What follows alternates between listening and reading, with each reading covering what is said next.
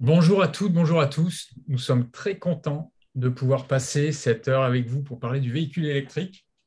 C'est un sujet qui soulève beaucoup de questions, qui est presque passionnel, on pourrait dire. Les questions sont souvent très légitimes.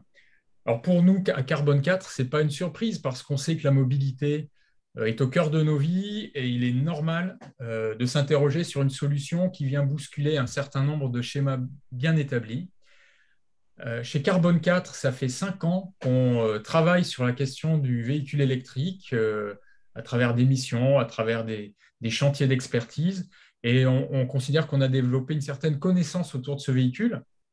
C'est pour ça qu'en début d'année, il nous a paru intéressant de partager cette connaissance avec le plus grand nombre à travers un feuilleton sous forme de FAQ que vous avez pu découvrir sur notre site, je pense.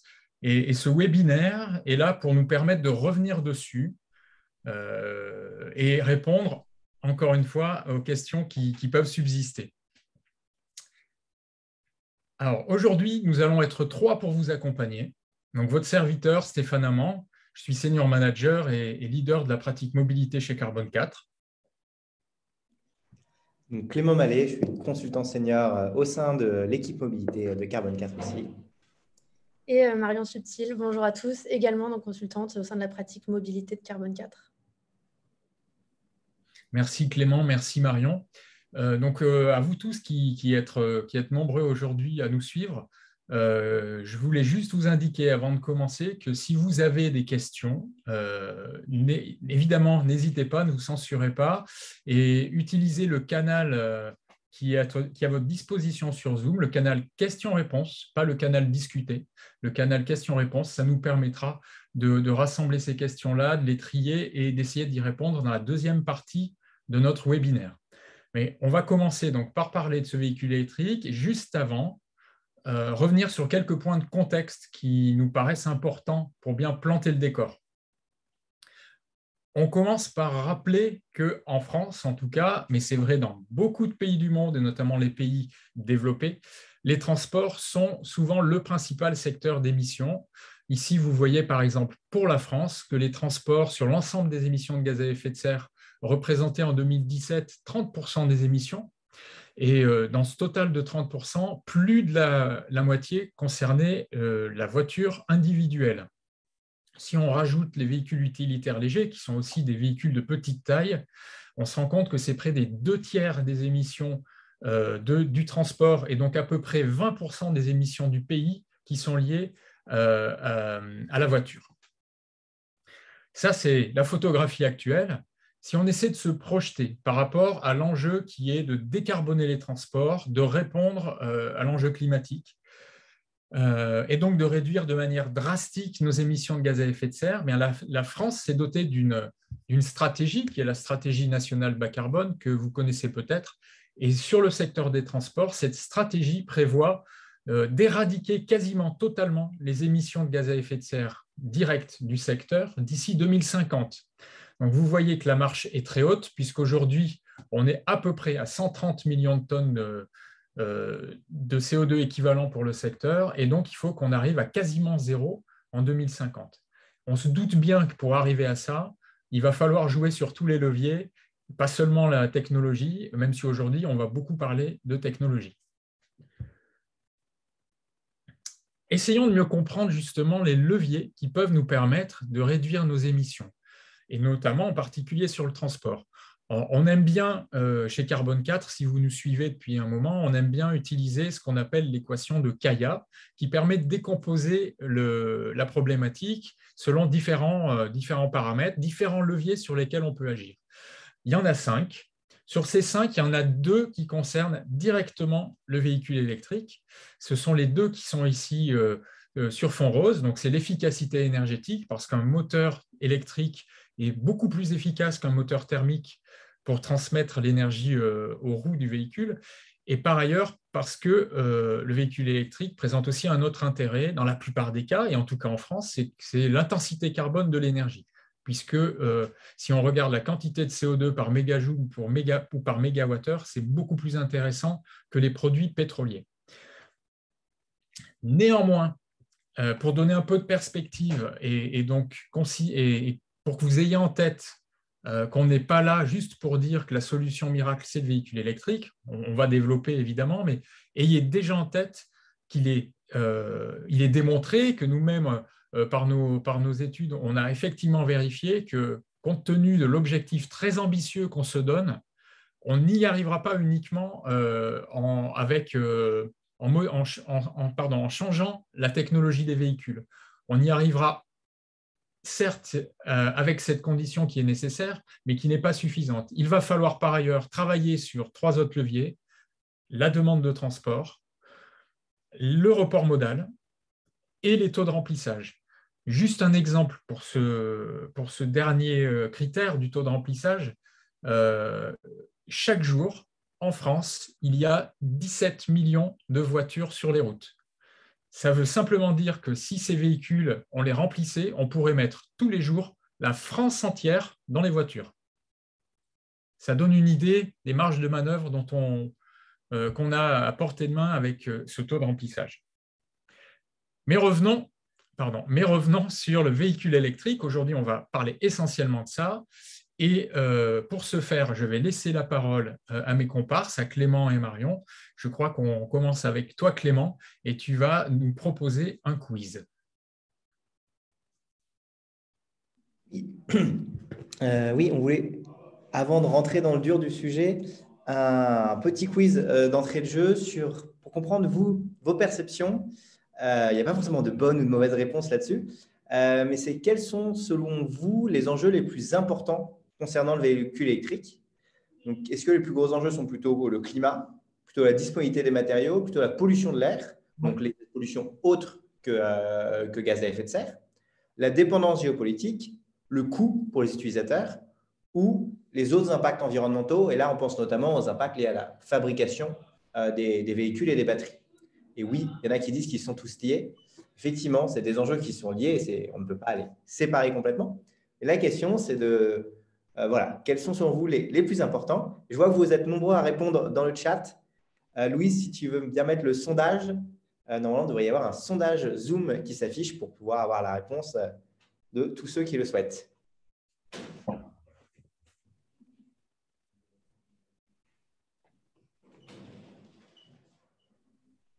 Je vous laisse quelques secondes pour vous poser et voter sur l'impact le plus important.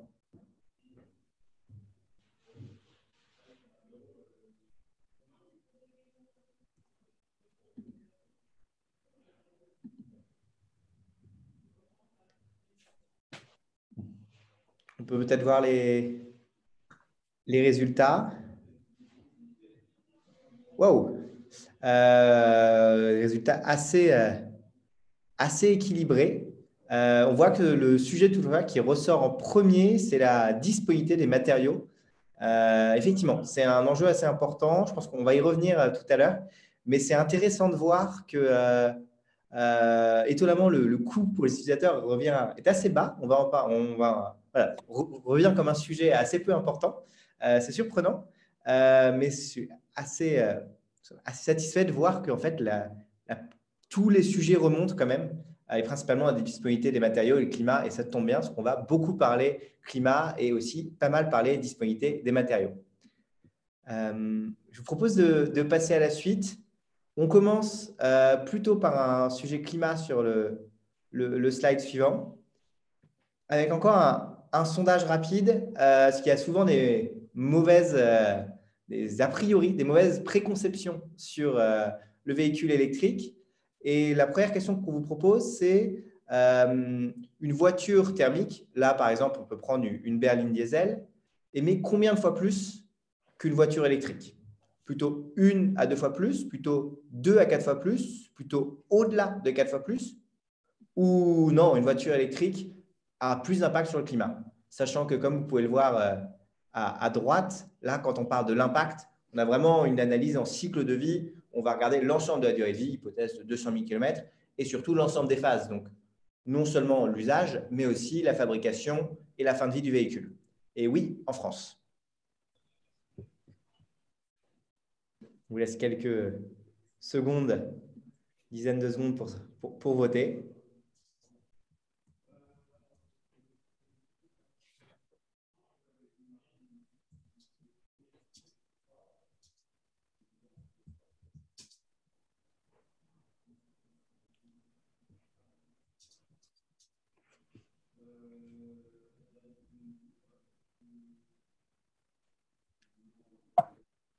Et vous êtes à peu près 50% à avoir répondu entre 2 et 4 fois plus.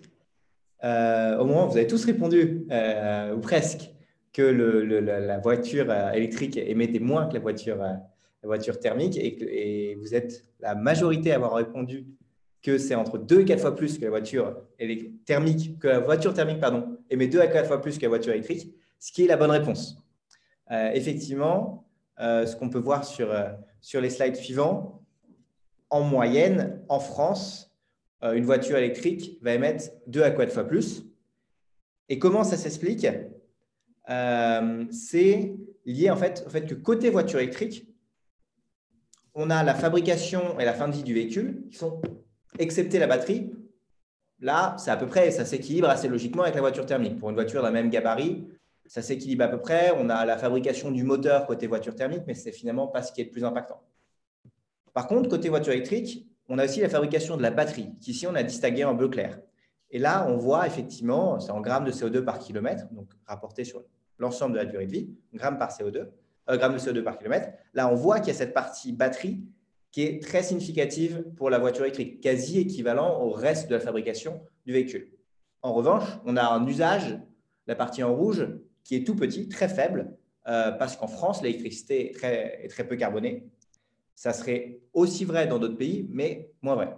Source du graphique, c'est la publication sur les… Vous le retrouvez dans la FAQ, mais c'est la publication qui avait été faite 2021 par Carbone 4. On pourra remettre le lien lorsqu'on communiquera les slides. Fin 2020. Fin 2020. Fin 2020, pardon, autant pour moi. Et donc, côté voiture électrique, la fabrication, beaucoup la batterie et un tout petit peu l'usage. Et à l'inverse, côté voiture thermique, on a toujours la fabrication à peu près au même niveau. Mais par contre, là, on a l'usage qui écrase complètement et qui explique complètement la différence, l'écart de 3 à 4 fois entre la voiture électrique et la voiture thermique. Donc, ce qu'il faut avoir en tête, c'est que c'est à peu près 3 à 4 fois plus émissif.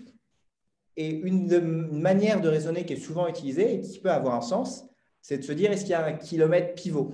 C'est-à-dire, au bout de combien de kilomètres, est-ce que ça devient intéressant d'un point de vue carbone d'être plutôt sur une électrique que sur une thermique? Et en moyenne, on observe que c'est autour de 30 à 40 000 kilomètres.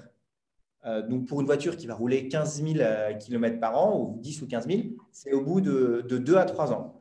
Donc, en France, c'est très vite rentable d'un point de vue carbone d'être sur une voiture électrique plutôt qu'une voiture thermique.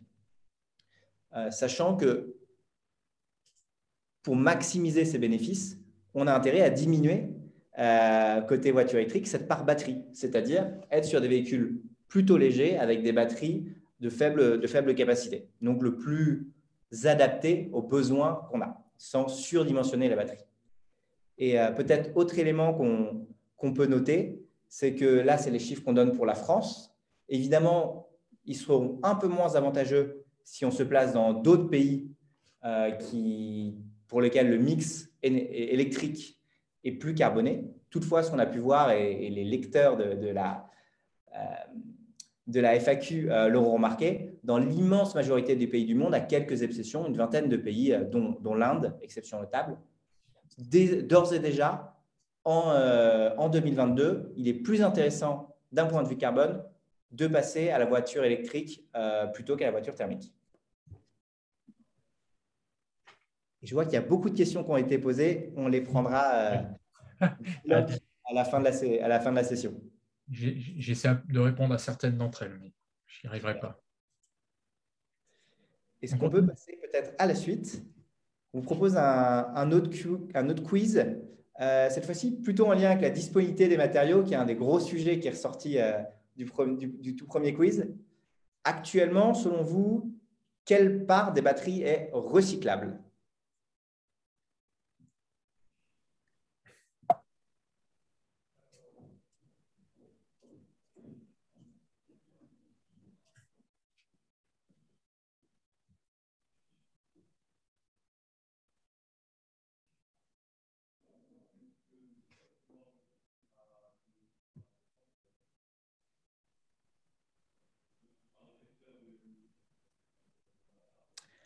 On a des réponses assez éclatées, avec la principale réponse qui est celle qui arrive en tête de peu, jusqu'à 25%. Et la réponse correcte était jusqu'à 50%.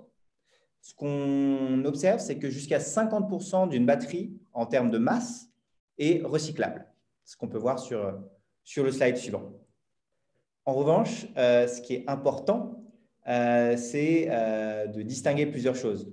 La recyclabilité, donc ce 50% est potentiellement 80-90% avec des nouveaux procédés qui sont à l'étude actuellement. Il faut distinguer cette recyclabilité d'autres aspects, et notamment le taux de recyclé. C'est-à-dire, ce n'est pas parce qu'une batterie est recyclable à 50% que toutes les batteries sont recyclées jusqu'à ce taux de 50%.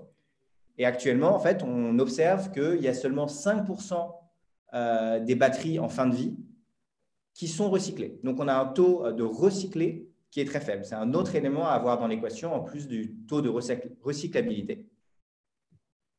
Et enfin, un autre élément à avoir en tête pour réfléchir à des batteries qui soient le plus soutenables possible, c'est que ce n'est pas parce qu'une batterie est recyclable et qu'elle est recyclée qu'une nouvelle batterie, elle, intègre des éléments qui proviennent d'anciennes batteries qui ont été recyclées.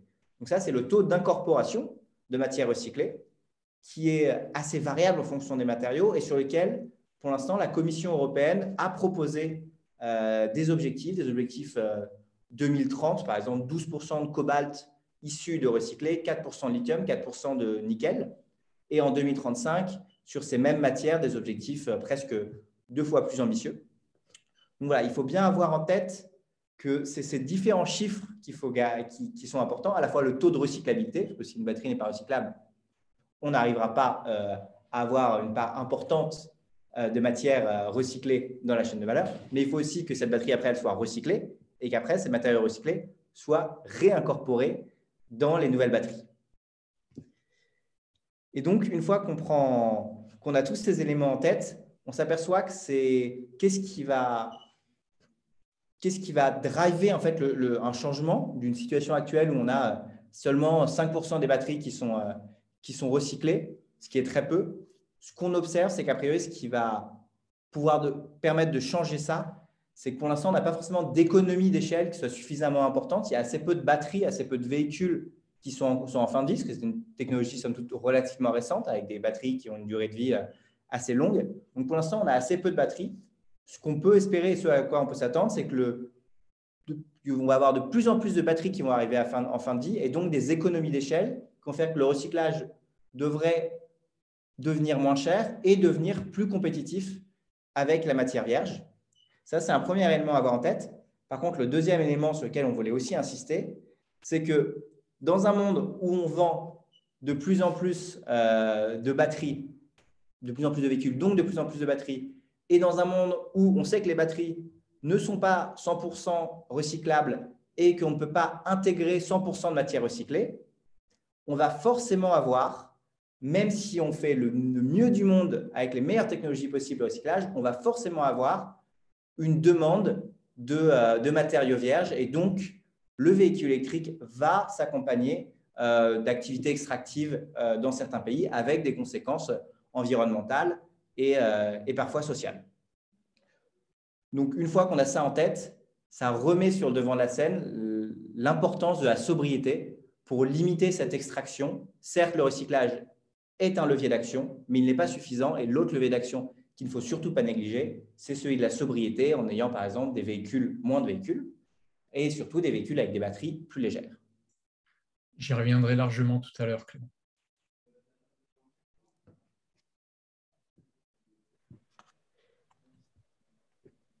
Très bien. Bon, je vais prendre la suite, Clément, merci. Donc, on a pas mal parlé des enjeux environnementaux, mais qu'en est-il donc pour les usagers et quel impact les voitures électriques peuvent avoir sur nos usages actuels? Donc, parmi les principaux freins identifiés chez les Français, on parle souvent du coût ou encore de la recharge. Donc, pour commencer par la recharge, on va commencer encore une fois par un quiz sur l'autonomie des voitures électriques. Alors, selon vous, quelle est l'autonomie moyenne des voitures électriques vendues actuellement? moins de 150 km, entre 150 et 250 km, entre 250 et 300 km ou plus de 500 km. Louise, si tu peux. Ah, merci. On va vous laisser quelques secondes. Donc là, on parle en utilisation en conditions réelles.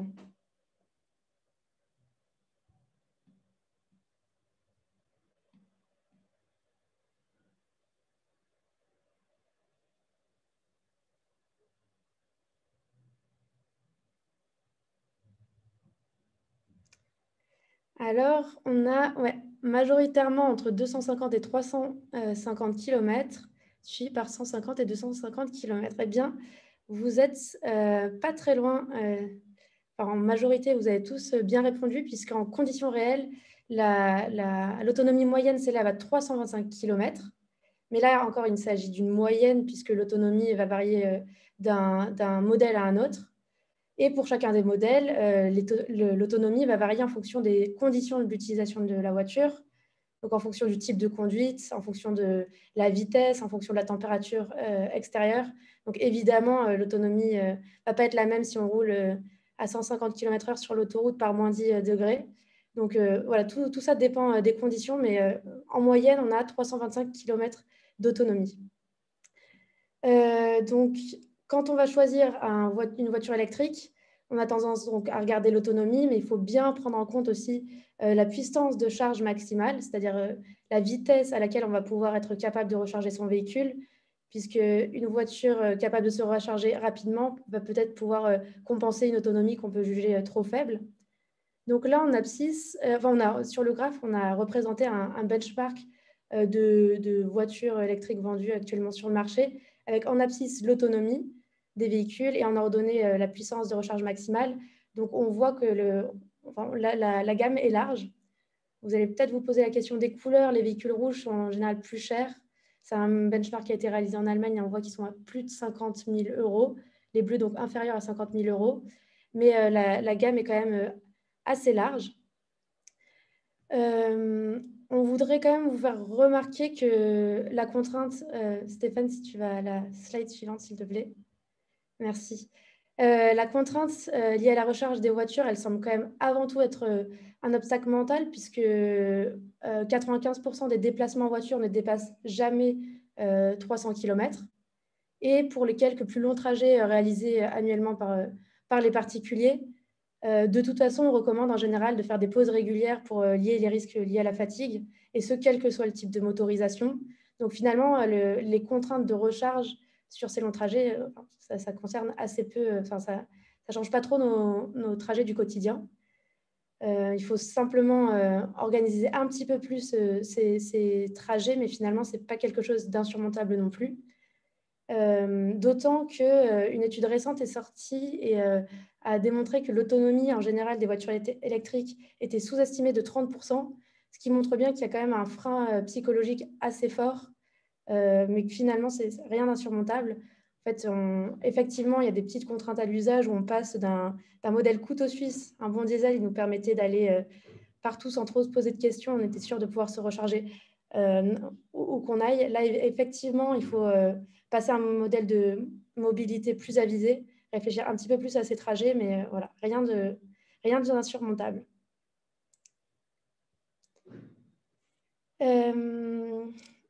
On va parler maintenant du deuxième frein identifié, parmi les deux plus grands freins identifiés au-delà de la recharge. On a toujours la question du coût.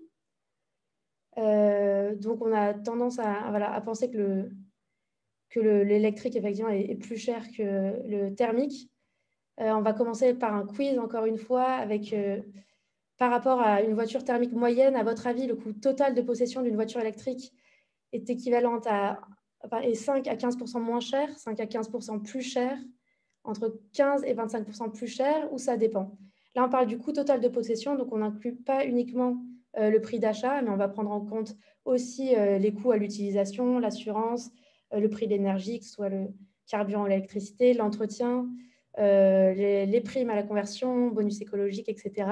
À votre avis, en incluant tout le package sur la durée de vie du véhicule, quel est le coût ou les économies réalisées grâce à l'utilisation une voiture électrique.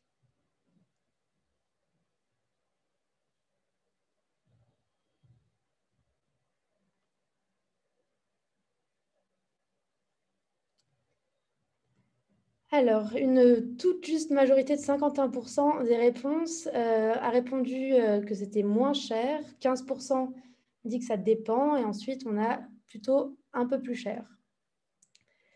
Eh bien, effectivement, ça dépend. On ne peut pas dire que les personnes ayant répondu que ça dépendait n'ont pas tort, mais c'est quand même globalement moins cher d'ores et déjà lorsqu'on achète un véhicule électrique, si on prend en compte les coûts sur la durée de vie.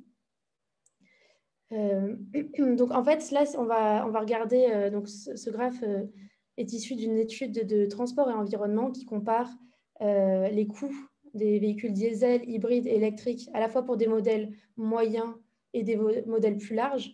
Et en fait, si on regarde ce qui compose les coûts sur la durée de vie des véhicules, et si on se concentre plus particulièrement sur les voitures électriques, on voit que finalement, la plus grande partie des coûts est composée des CAPEX, c'est-à-dire de l'achat, enfin des investissements faits pour l'achat du véhicule. Et si on se concentre plus spécifiquement sur les coûts de l'énergie, électricité, carburant ou encore la maintenance, on voit que les coûts sont beaucoup moins élevés que pour un diesel.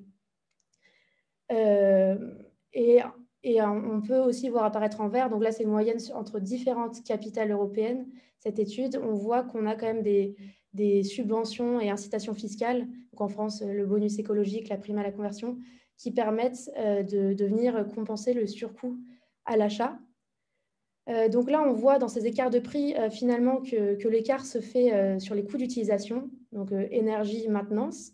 Et donc, on comprend que de la même manière que c'était finalement la voiture qui émettait le plus, quand on parlait de bénéfices écologiques, là, de la même manière, plus on va rouler et plus l'écart va tendre à se creuser puisqu'on va réaliser des économies sur l'utilisation. Donc, un véhicule de fonction, par exemple, va permettre qui va rouler beaucoup de kilomètres en un an, va permettre directement de faire des économies par rapport à un véhicule thermique actuellement. Mais bon, tout cela à prendre avec des pincettes, puisque effectivement, on va avoir des variations sur le prix de l'énergie. Donc là, on a connu des grandes variations sur le prix du carburant à la pompe, par exemple, en ce début d'année. Donc ça va particulièrement impacter, par exemple, les véhicules thermiques, puisque la composante... le coût des énergies va représenter une plus grande part du coût total par rapport à l'électrique, même si le coût de l'électricité a tendance à augmenter aussi. Et inversement, pour la variation des coûts des matériaux, elle va être peut-être plus impacter les voitures électriques, puisque l'achat de la voiture va représenter une plus grande part du coût total de possession pour les voitures électriques. Donc voilà, il faut quand même prendre ça avec des pincettes. Voilà, c'est une analyse assez sensible. Voilà, merci Stéphane. Et puisque, comme je vous le montrais, en fait, c'est l'achat du véhicule qui représente les coûts les plus importants sur la durée de vie du véhicule électrique, c'est intéressant de voir qu'il y a une corrélation assez forte finalement entre le prix d'achat et le poids du véhicule. Là, on voit bien sur ce graphe que plus le véhicule va être lourd et plus le prix va être important. Donc finalement, en fait, choisir à l'achat une voiture électrique plus petite, c'est donc à la fois meilleur pour le climat puisqu'elle aura une batterie aussi plus petite, mais elle sera aussi meilleure pour le portefeuille, enfin pour le coût total de possession.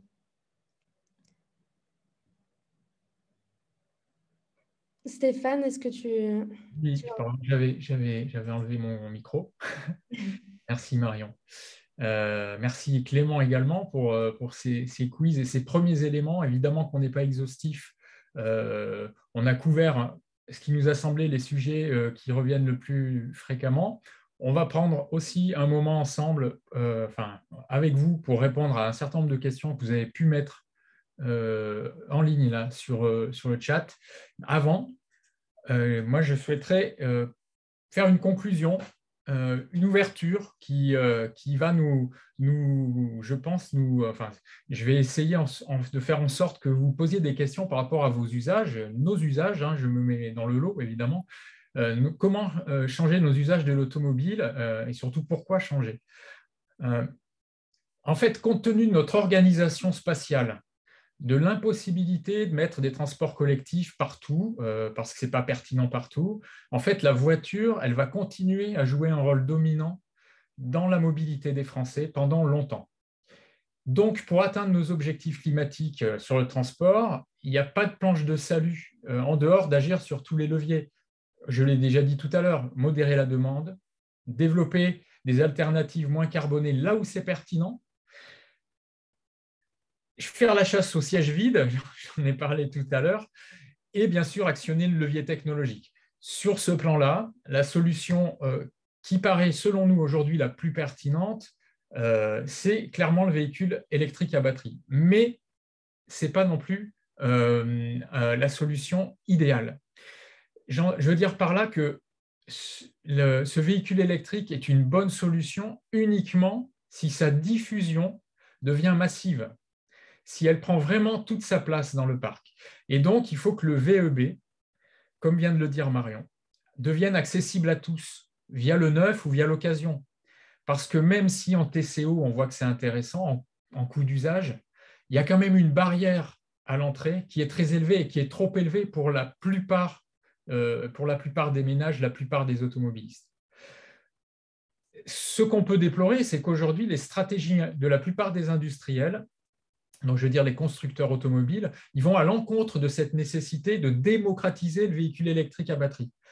On assiste au contraire en ce moment à une gentrification du marché de l'automobile, du marché du neuf, avec une vraie polarisation entre ceux qui ont des moyens et ceux qui ne les ont pas.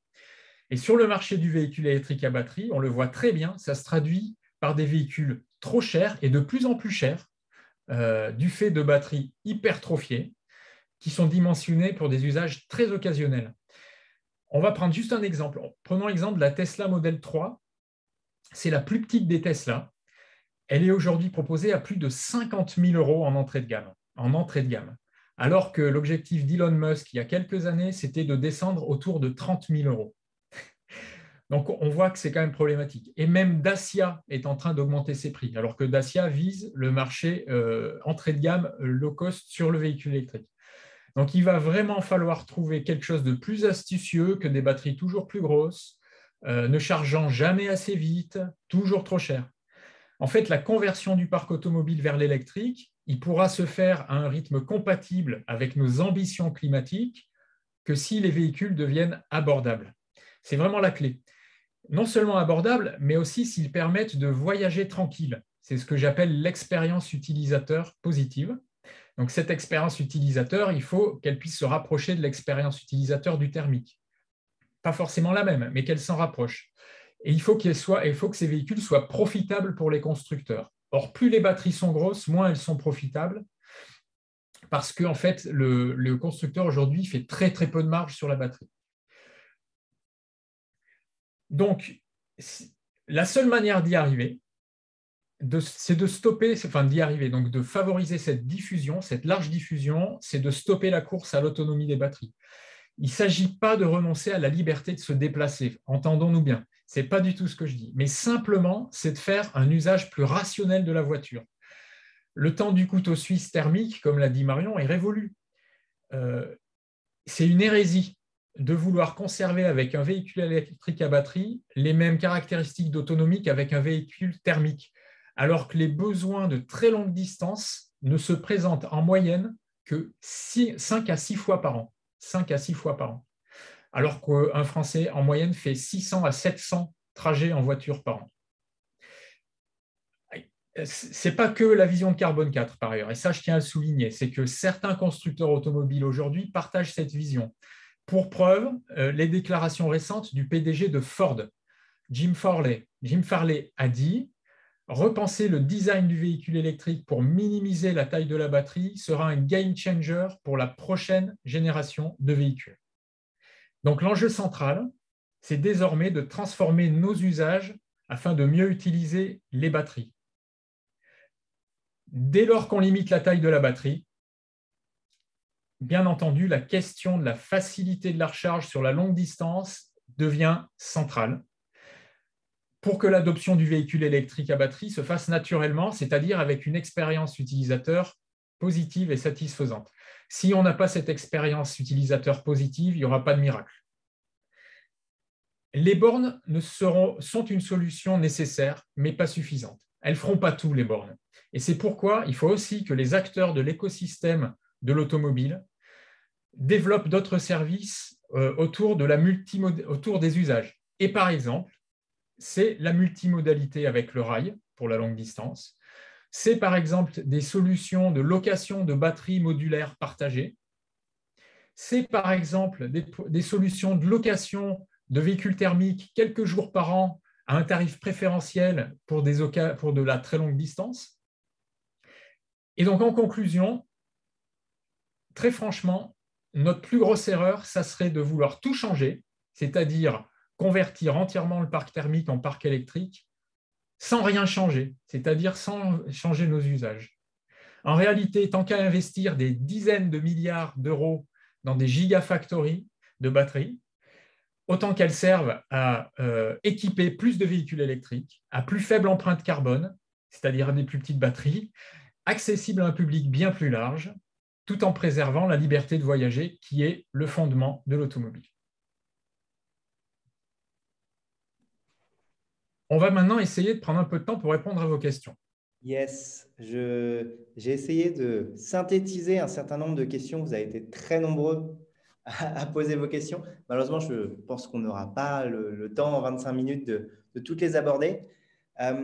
Premier jet de questions sur les chiffres qui sont affichés par certains constructeurs. Voilà, les publicités des constructeurs où ils communiquent sur du 0 g de CO2 par kilomètre pour les véhicules électriques. Qu'est-ce qu'on doit en penser? Et question qui est très liée, que dire des véhicules hybrides, notamment hybrides rechargeables, qui affichent aussi peut-être pas 0, mais des valeurs très faibles en grammes de CO2 par kilomètre dans leur communication, dans le métro, dans la rue, sur Internet, etc. Je fais une première tentative de réponse, Clément. S'agissant des communications à 0 g de CO2 par kilomètre, en fait, les constructeurs ne font que se conformer à la réglementation. Donc, la réglementation ne prend en compte que les émissions à l'échappement. Mais vous l'aurez remarqué, les véhicules électriques à batterie n'ont pas d'échappement puisqu'il n'y a pas de combustion, donc 0 g de CO2. Alors, évidemment, si vous suivez nos travaux et si vous êtes présent aujourd'hui, aussi, vous avez vu que nous, on prend en compte l'intégralité en fait, du cycle de vie du véhicule et que donc, évidemment, ce n'est pas des véhicules à 0 g de CO2 par kilomètre. On vous a montré qu'en France, on était quand même 3 à 4 fois plus faible que sur des véhicules thermiques comparables. Donc, éventuellement, une des idées à porter et, disons, des recommandations qu'on pourrait faire au pouvoir public au niveau européen, c'est de faire évoluer cette règle pour mieux prendre en compte la question de la fabrication des véhicules et pour ne pas réduire en fait de manière aussi simpliste l'impact des véhicules à 0 g. C'est déjà le cas, il y a déjà des propositions en ce sens, mais pour l'instant, c'est loin d'être le cas. Si on veut parler deux mots sur le véhicule hybride rechargeable, donc je parle vraiment du véhicule hybride rechargeable, pas du véhicule hybride non rechargeable qui est en fait un véhicule thermique légèrement optimisé. Le véhicule hybride rechargeable, c'est vrai qu'aujourd'hui, il est énormément plébiscité par les constructeurs. En tout cas, ils en font une très forte promotion, tout simplement parce que, toujours à cause de la réglementation européenne, ces véhicules sont très avantagés en termes comptables par rapport à leurs émissions réelles. Ce qui veut dire que comme les constructeurs sont obligés de respecter une moyenne au niveau de leur vente de véhicules à l'année assez basse, comme ces véhicules hybrides, grâce à un artifice réglementaire, affichent des performances très très bonnes, et comme ça reste principalement un véhicule thermique, les constructeurs sont très contents d'en vendre et d'en vendre autant que possible. Parce qu'ils font de meilleures marges de sucre sur des véhicules électriques à batterie, à 100% batterie. Nous, ce qu'on a constaté avec d'autres instituts, hein, c'est qu'en fait, les véhicules hybrides rechargeables, sur le papier, ça semble absolument la solution miracle qui marche partout. Sauf que dans les faits, ils émettent beaucoup trop d'émissions de gaz à effet de serre par rapport à la trajectoire de réduction qu'on doit suivre, puisque un véhicule, vous pourrez voir hein, dans notre publication de fin 2020, on est sur des réductions d'émissions par rapport à l'hybride qui sont relativement par rapport à un véhicule thermique conventionnel qui sont relativement modestes. Tout ça parce que finalement, les véhicules hybrides rechargeables sont assez peu utilisés en mode électrique, et notamment lorsque c'est des véhicules d'entreprise. Lorsque c'est des véhicules d'entreprise, moins de 20% des kilomètres sont réalisés en mode électrique et le reste est effectué en mode thermique.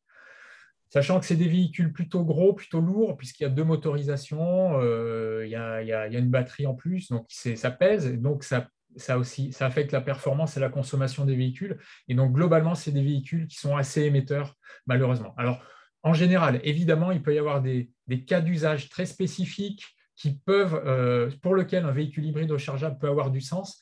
Mais quand on y réfléchit, s'il y a des personnes qui aujourd'hui ont des véhicules hybrides rechargeables et qu'elles utilisent le mode électrique à 80% ou voire plus, je pense qu'elles peuvent se demander légitimement si ce n'est pas pertinent de basculer sur du 100% électrique à ce moment-là. Clément, je te laisse poursuivre. Il y avait un deuxième jet de questions qui a été posé sur la durée de vie des batteries. Beaucoup de questions posées sur quelle est la durée de vie moyenne d'une batterie actuelle? Comment est-ce qu'elle est fixée? Comment elle a été déterminée? Parce qu'on est en grande partie sur des durées de vie théoriques. Et est-ce qu'il est avéré que pour les voitures électriques, l'autonomie diminue avec le temps, diminue au cours de cette durée de vie? Question très intéressante. Il y a quelques années, pour ceux ou celles qui s'y étaient intéressés, les constructeurs garantissaient les batteries pour une durée de 8 ans. Aujourd'hui, elles ne le font plus. Pourquoi elles ne le font plus? Parce qu'en fait, elles se sont rendues compte que les batteries étaient beaucoup plus robustes et résistantes que ce qu'on pouvait imaginer il y a 10 ans. Et donc, les précautions que les constructeurs prenaient il y a 10 ans ne sont plus de mise aujourd'hui, parce qu'avec le recul, en fait, on a réalisé que les batteries de véhicules électriques lithium-ion étaient beaucoup plus résistantes et avaient une longévité beaucoup plus forte que ce qu'on imaginait. Donc, il y a des retours d'expérience de La Poste, par exemple, qui a le premier parc en fait, de véhicules électriques professionnels en France, hein, qui a investi dedans il y a longtemps, donc qui a pas mal de recul et qui a effectivement constaté que la longévité des batteries était beaucoup plus grande que ce qu'ils avaient mis dans leur business model au départ. Ce qui est plutôt une bonne nouvelle, hein, de toute façon. Aujourd'hui, les véhicules électriques, en gros, les batteries, elles sont données pour durer 1000 cycles. 1000 cycles, c'est environ, ça dépend des batteries, on va dire, des marques, mais c'est entre 300 et 400 000 km. Donc aujourd'hui, en fait, une batterie, lorsqu'elle est montée dans un véhicule, on est sûr qu'elle vivra au moins aussi longtemps que le véhicule. Alors, au cours du temps, évidemment, si la batterie elle va durer 10 ans, 15 ans, voire plus, on va assister à une petite dégradation de ses performances, tout comme on assiste à une dégradation de performance des véhicules, des moteurs thermiques. Ça va être de l'ordre de l'ordre du % par an, ce qui veut dire que 1% à 2% par an, on va dire, ce qui veut dire qu'au bout de 10 ans, 15 ans, effectivement, peut-être que l'autonomie aura été un petit peu réduite, mais la batterie sera fonctionnelle, c'est-à-dire elle fonctionnera. Ça sera juste l'enjeu de peut-être de la recharger un tout petit peu plus ou de planifier un peu mieux ses trajets pour ne pas avoir de mauvaises surprises. Mais ce n'est pas une question de ça marche pas. Voilà.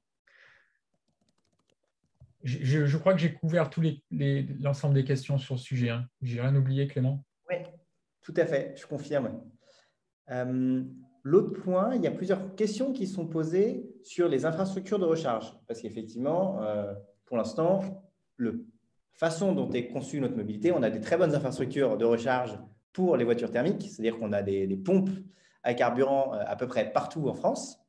Et la question se pose pour les véhicules électriques. Il y a deux questions qui sont posées.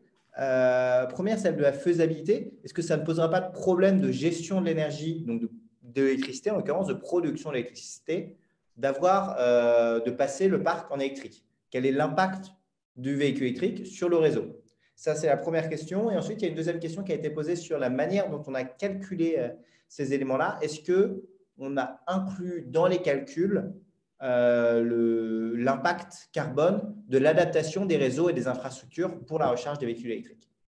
Okay.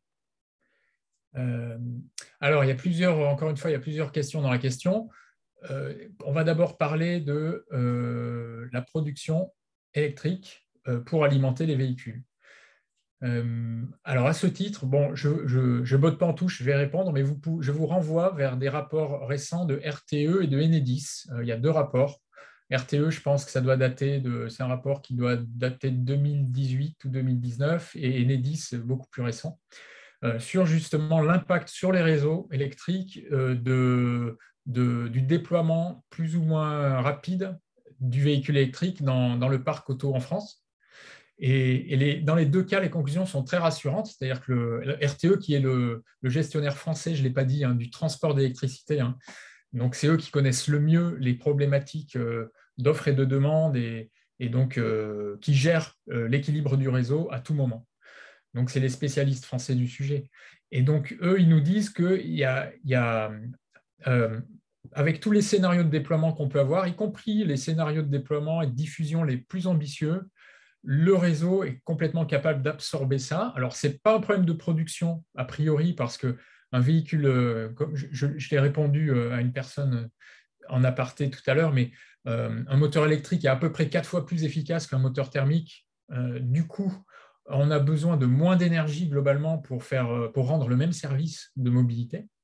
Donc ça fait qu'on n'aura pas besoin de plusieurs centaines de térawattheures pour faire avancer le parc. Donc on parle plutôt de dizaines de térawattheures, ce qui est quelques pourcents de la production du parc électrique aujourd'hui. Donc la problématique, elle n'est pas tant au niveau de la production. Il faudra éventuellement construire des moyens de production, mais ça s'anticipe, ça se planifie. La question, elle est plus au niveau de l'appel de puissance, avec la situation caricaturale où tout le parc, on peut imaginer, je ne sais pas moi, 20 millions de véhicules se rechargeraient en même temps. Là, évidemment, si tout le monde se recharge en même temps, ça peut poser un problème d'équilibre du réseau. Alors, ça n'arrive pas dans la vie parce qu'il n'y a aucune chance que tout le monde se recharge en même temps, évidemment, mais RTE et Enedis ont fait leur simulation dans différents cas de figure. Il y a quelques points critiques dans l'année qui sont connus. Ça serait par exemple un départ en congé à Noël par temps froid. Voilà, ça peut poser problème dans certaines régions de France. Et donc, c'est identifié, ce qui veut dire qu'il y a des investissements spécifiques à faire éventuellement à ce niveau-là. Et il y a aussi un levier sur lequel insiste beaucoup RTE, c'est le pilotage, en fait, c'est une politique tarifaire qui soit incitative pour faire en sorte que les gens, on va dire les automobilistes qui sont passés à l'électromobilité lissent leur recharge pour permettre justement de passer ces pics plus facilement. Donc, il y a cette gestion-là à distance qui est, d'ailleurs, il y a des expérimentations en cours pour permettre ça. Donc, pas trop d'inquiétude côté réseau. D'ailleurs, dans la dernière étude Enedis, et ce qui est intéressant, c'est de constater qu'au niveau des investissements totaux que doit faire RTE et Enedis au sens large sur le réseau électrique pour tout un tas de raisons, tout un tas d'usages, la partie mobilité électrique, donc pour les véhicules électriques, elle est toute petite. C'est quelques pourcents de l'ensemble de l'investissement que doit prévoir RTE et Enedis par ailleurs. Donc ça, disons que c'est pas qu'il n'y a aucun problème, c'est que c'est bien maîtrisé, c'est anticipé, donc pas d'inquiétude à ce niveau-là a priori. Concernant l'impact carbone de toutes ces infrastructures, on ne l'a pas pris en compte dans nos calculs, on est très transparent là-dessus. On a commencé à regarder ça. Nos premiers éléments tendent à montrer que c'est vraiment du second ordre en termes d'impact carbone au kilomètre parcouru par rapport à la fabrication d'une batterie, par rapport à l'usage.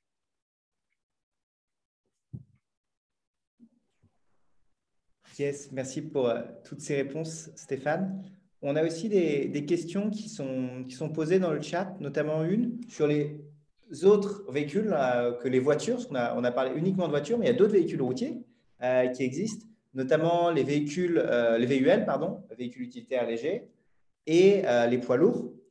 Et qu'en est-il pour ces véhicules-là? Quelle est l'analyse? Est-ce que c'est toujours aussi pertinent de parler de véhicules électriques? Est-ce que c'est faisable?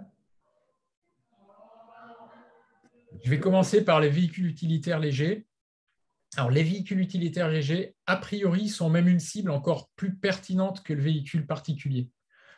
Alors, pourquoi? Parce que le véhicule utilitaire léger, globalement, fait plus de kilomètres dans l'année que le véhicule thermique du particulier, enfin, que le véhicule du particulier. Qu'il fait globalement à peu près le même nombre de kilomètres tous les jours, à peu près, en moyenne.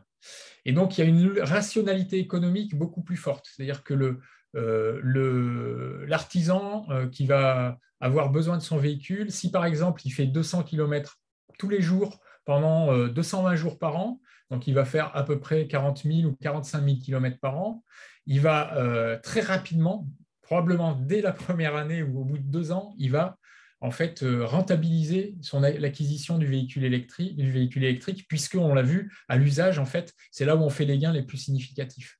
Et par ailleurs, si on est sur un usage qui est de cet ordre-là, autour de 200, voire 200 km par jour, on va dire, on est parfaitement dans la cible du véhicule électrique avec des batteries de taille raisonnable qu'on peut recharger la nuit et pour qu'elles soient complètement chargées le lendemain et qu'elles permettent de faire la tournée, j'ai envie de dire, correspondant.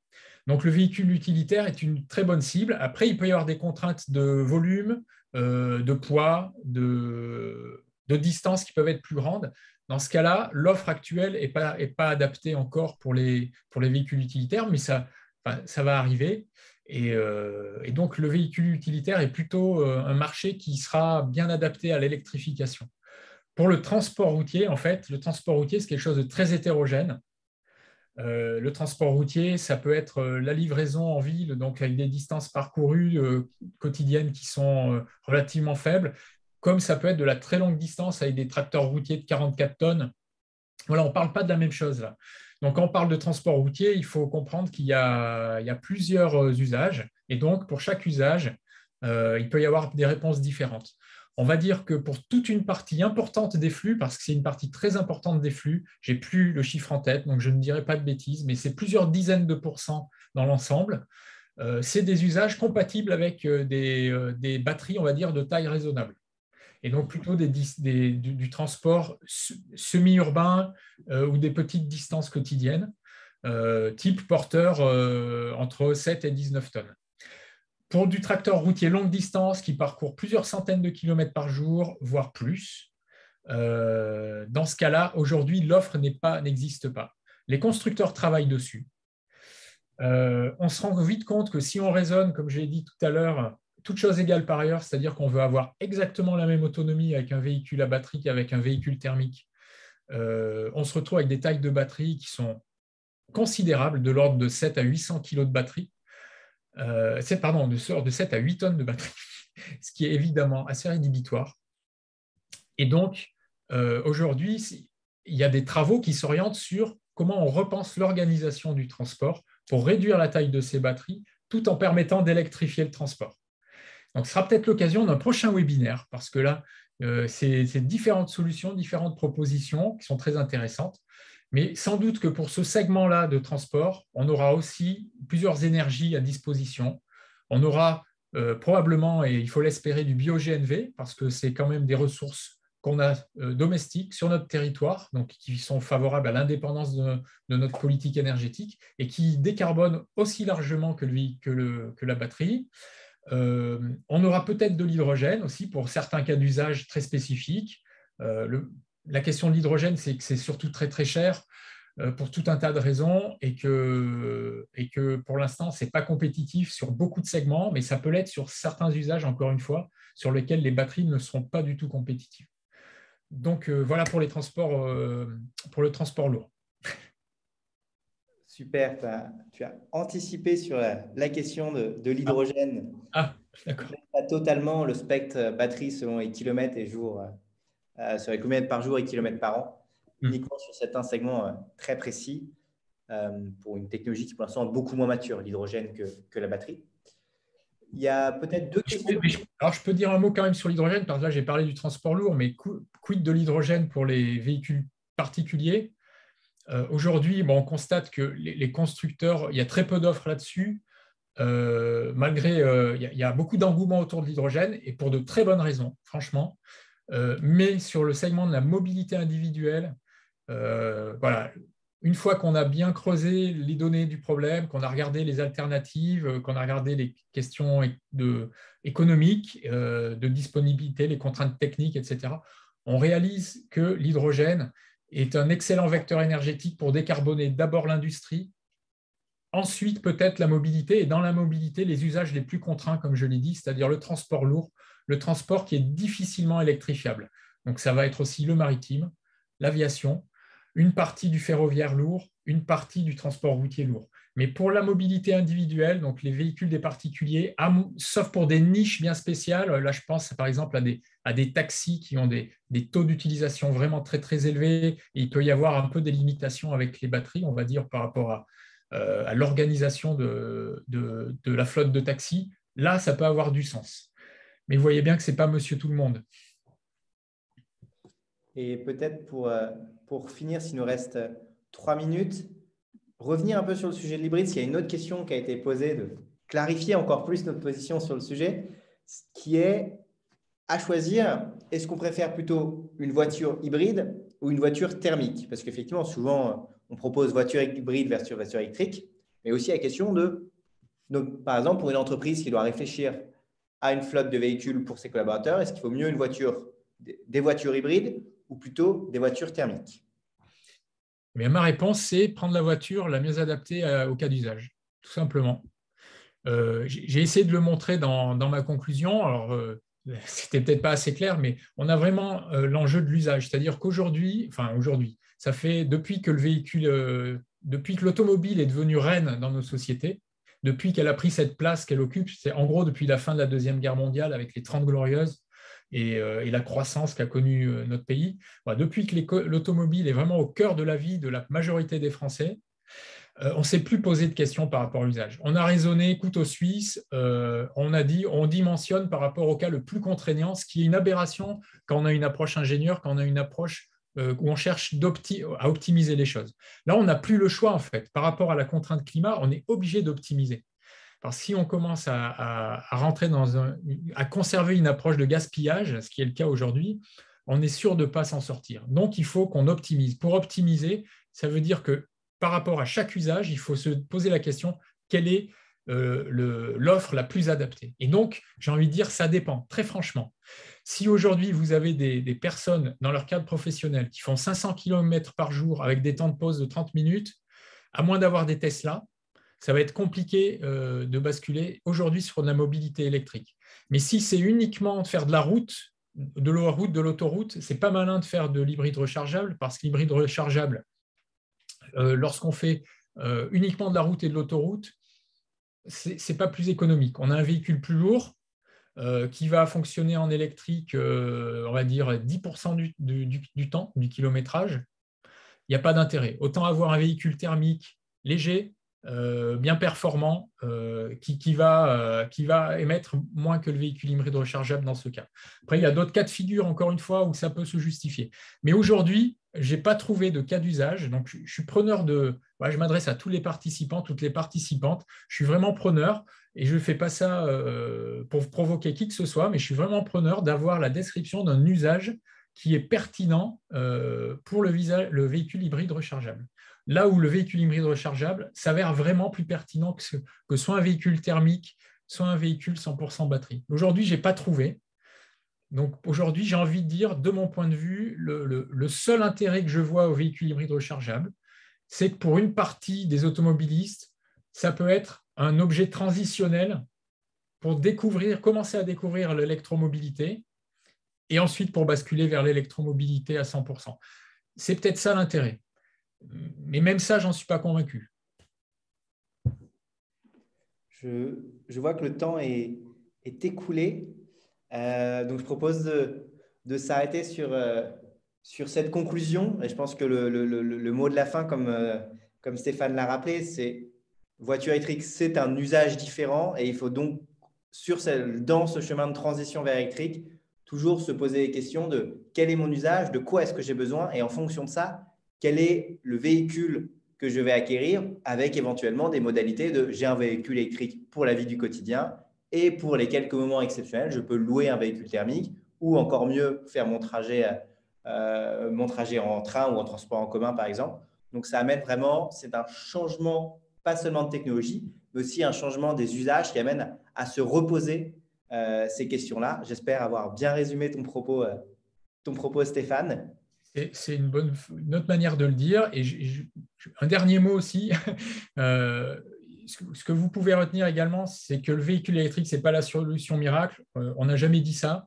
On dit juste que compte tenu de l'ambition qu'on se donne pour réduire nos émissions de manière drastique, ça fait partie de l'équation et c'est clairement aujourd'hui un levier indispensable. Mais par contre, ça ne résoudra pas tout.